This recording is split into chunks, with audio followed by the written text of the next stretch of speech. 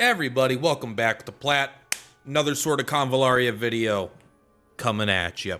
Today, we are looking at the new character coming out, Luvata. Although they're not in the game yet, they should be coming out in a couple days here. We're kind of looking at a little bit of a translation, but everything should be roughly clear here. And yeah, I'm going to give you my opinions on her. Obviously, I've already read through her kit, but we'll reread it through here. Just to give you the TLDR. Overall, maybe I should wait till the end. Nah, let's not keep you waiting. Overall, I don't think this is a must-pull unit at all. They seem like they'll be powerful, but Kavar, or you know this guy. RNJ says Kavari. I say Kavar. You let me know who's right. He seems like he just does her job, but better. She's different, but not significantly different. I think what's the most unique thing about her is that she is a magic damage breaker. So I believe that is the first one that we've had. So you're going to have like a long range magic damage breaker, which is kind of cool. But overall, not like broken, but absolutely powerful and probably more waifu material than anything. So let's actually get into her kit. Increase magic attack by 5% when dealing critical damage. Inflicts a stack of ignition on the target, lasting for 2 turns. I thought this was a mistranslation and it meant ignite. It is not. Ignition is its own buff. Let's zoom in just a little bit. Bada bing. Ignition is like, it's a debuff. It's a life loss effect. At the end of the turn, they lose HP equal to 25% the sum of the caster's physical attack and magic attack. So is this better or worse than ignite? I guess it depends. Enemies aren't going to have inherent resistances to this. Right? This is dealing damage based off her physical and magic attack. It's not percent based. So against bosses, this will probably do more because they won't have like 90% resist to this. But I don't know if this, I assume if you apply multiple stacks of ignition, it's going to work like ignite, where it will instantly pop.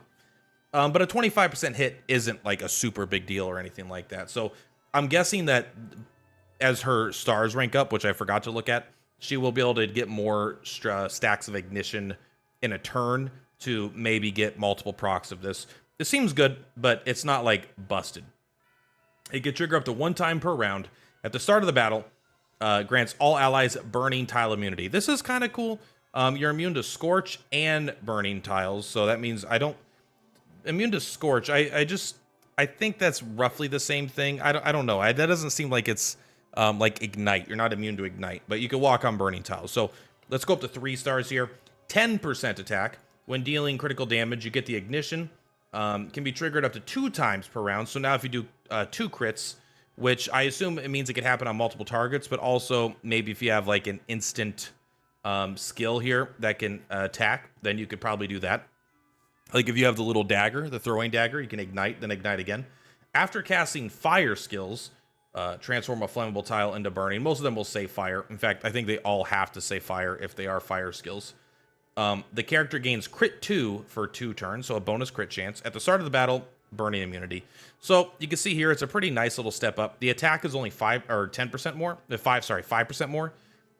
You get conditional crit 2. That's not huge because Coco has it, but I guess it's nice to have it in her own kit. And then ignition can be done twice a turn. Then at 5 stars, 20% magic attack. So this is already pretty good. That's quite a bit of magic attack. Critical damage, you inflict 1 stack of ignition, lasting for 2 turns. Can be triggered up to 4 times per round. Okay. Then you get crit 3, so a 45% bonus to crit, meaning it's going to be very easy for her to crit. And you get crit damage 3 for 2 turns. So use a fire skill, and the next 2 turns, you're going to have these huge effects. So this is obviously way better. She's going to do a lot of damage at 5 stars, but I mean, come on, new DPS is coming out, do a lot of damage at 5 stars. I actually think that this trait is refreshingly simple comparatively to what we've been seeing, where characters have 10,000 things in their kit. So overall, it's good. It doesn't blow me away. It is kind of all nice and self-contained, but I mean, getting crit and crit damage are things you can get from other stuff. And ignition isn't like busted. It doesn't seem like it's as good as Kavar's life loss stuff, but it's definitely still powerful. Like it's probably beating most other DPSs in the game still, right? Maybe she's number 2 or something, you know. Selects a target tile, deals 80% fire AoE damage to all enemies within 1 tile. inflicting 1 stack of ignition. So this is, I actually thought this was the normal one. Again, I thought this was ignite, but this is actually ignition, so that's pretty cool. Forces the tile to become burning, and the character gains attack 1 and meditation. All effects last for 2 turns. So she's going to get extra energy. She spends 1 energy, and she's actually going to get an additional energy back. So that's pretty good. This is a very solid ability. A little bit of damage, but the thing is, if you crit with it, you do the ignition, but you're going to do, when you crit, you're going to get another stack of ignition. So you're going to instantly burn the ignition. So it'll actually bring this up to the 80% plus the 25%. And it gives her some of her physical attack too. It's not like it's only magic attack. So it's better than a normal 25%. It's probably closer to like a 35-40% in terms of, because it's combining physical and magical. And then that ignition will still be on them, and so they'll end a turn there. That's assuming ignition works like ignite does. So, and then the attack 1, I mean, that's cute. It's whatever. The meditation is definitely cooler. Once you get to her rank 1 skill, I don't think either of these are impressive. You probably aren't going to use either of them. But at the end of the turn, inflict Scorch on a random injured enemy within 3 tiles. This is not going to make it to the bar. The one that might is Rivet. It's not, I don't think it's good. I think this is more of a PvP skill than anything. This doesn't strike me as like a PvE mode, but transform a target into a cursed frog until the start of the target's next 2 turns. So they can move 1 tile. They can't get buffs, debuffs. They can't do, I believe they can't do attacks. They can't be teleported, and they can't take any damage. So you basically have a 2-turn hard CC on a character, an instant speed 4-turn thing. Like in PvP, you take out one of their important characters. It's good. On a map where you're fighting, I don't know, you're either fighting a boss that's immune to it, or you're fighting 15 guys, and 1 out of 15 guys is not impactful enough. So this skill, I think, is pretty bad for most game modes. But if you're a PvP guy, this definitely could be a very fun way to kind of mess with other people. Rank 3, again, I think we're kind of in the not super good category, but a little bit better. Passive. When attacking an enemy with Scorch, crit increases by 20%. When attacking an enemy with Ignition, crit damage increases 20%. So if they have Scorch and Ignition, they're getting 20% crit chance, and you're getting 20% crit damage. That's great. Upon I can't talk tonight, bro. Upon defeating an enemy with Scorch, deal 60% fire AoE damage to all enemies within 2 tiles and inflicts Ignition for 2 turns. This is kind of nice for an AoE thing, because if like you kill someone, then she'll hit a bunch of people and they'll ignite them all. That's cool. I don't really think that is super worth running, outside of the fact is it is nice to get crit damage and 20% crit, but I don't know.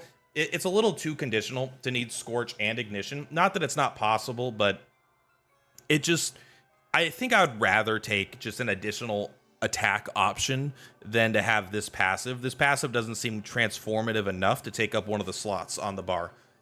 Which is really what, you know, it's opportunity cost. Like, yes, this is good. This is positive. I would love it. If this was in her trait, that would be awesome, but it's not. You have to, how do I do? Yeah. There we go. It's opportunity cost. Fiery Determination. When on a burning tile, I think this one's more likely to be used. Attack is increased by 20%. What's important about the attack increasing is this is magic and physical. So this is basically double dipping on Ignition specifically. And at the end of the turn, your tile becomes burning for 2 tiles. So it is kind of annoying that you're going to move an attack and then you're not going to be on a burning tile.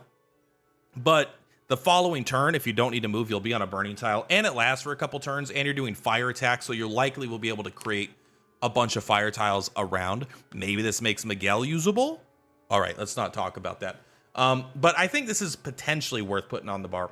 A flat 20% attack, it is conditional, but making your own tiles burning are pretty good because of your reactions. Both care about you being on burning tiles, and this is a way to make sure it happens a lot.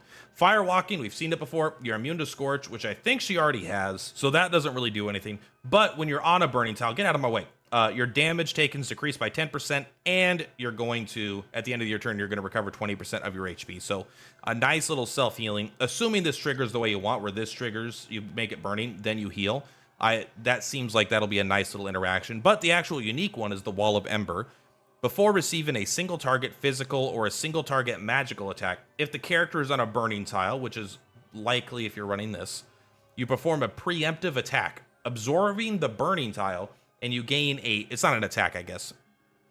You absorb the burning tile. You gain a shield of the damage type corresponding to 100% of the character's magic attack for 2 turns. So, I mean, this is pretty good. They're going to come up to attack you with a single target attack, and you are going to get a shield equal to your magic attack. I mean, that's just like, that's a lot of damage prevention. It's going to be really hard to like one-shot her. This is a very cool skill, and I will probably take this. It does have a 3-turn cooldown. Firewalking never does. There is actually a case that firewalking could be better, but just getting a big fat shield if they come up to attack you is pretty good. But if you're not running Fiery Determination, you might not actually want Wall of Ember. It might be a little too inconsistent. I'm not 100% sure. It's probably the right call, though. All right.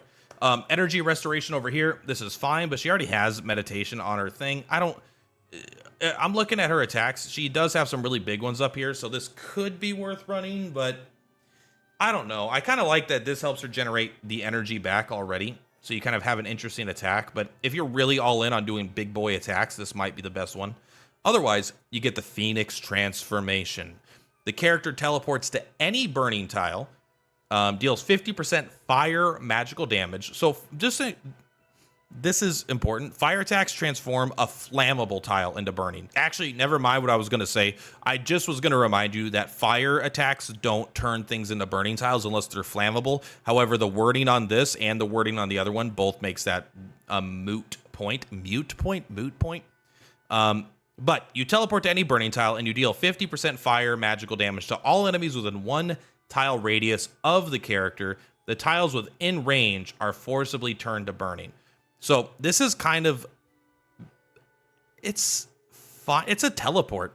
Teleports are fine because you could use this to attack something at a range of 1 to 3, right? You create a bunch of burning tiles, then you could teleport to those burning tiles at instant speed, do a little bit of damage, turn everything into burning. But at the end of the day, it is a skill on your bar that you could use once every 3 turns to just teleport, to deal a little bit of damage and a little bit of burning tiles. It seems not that insane to me, unless teleportation is really good.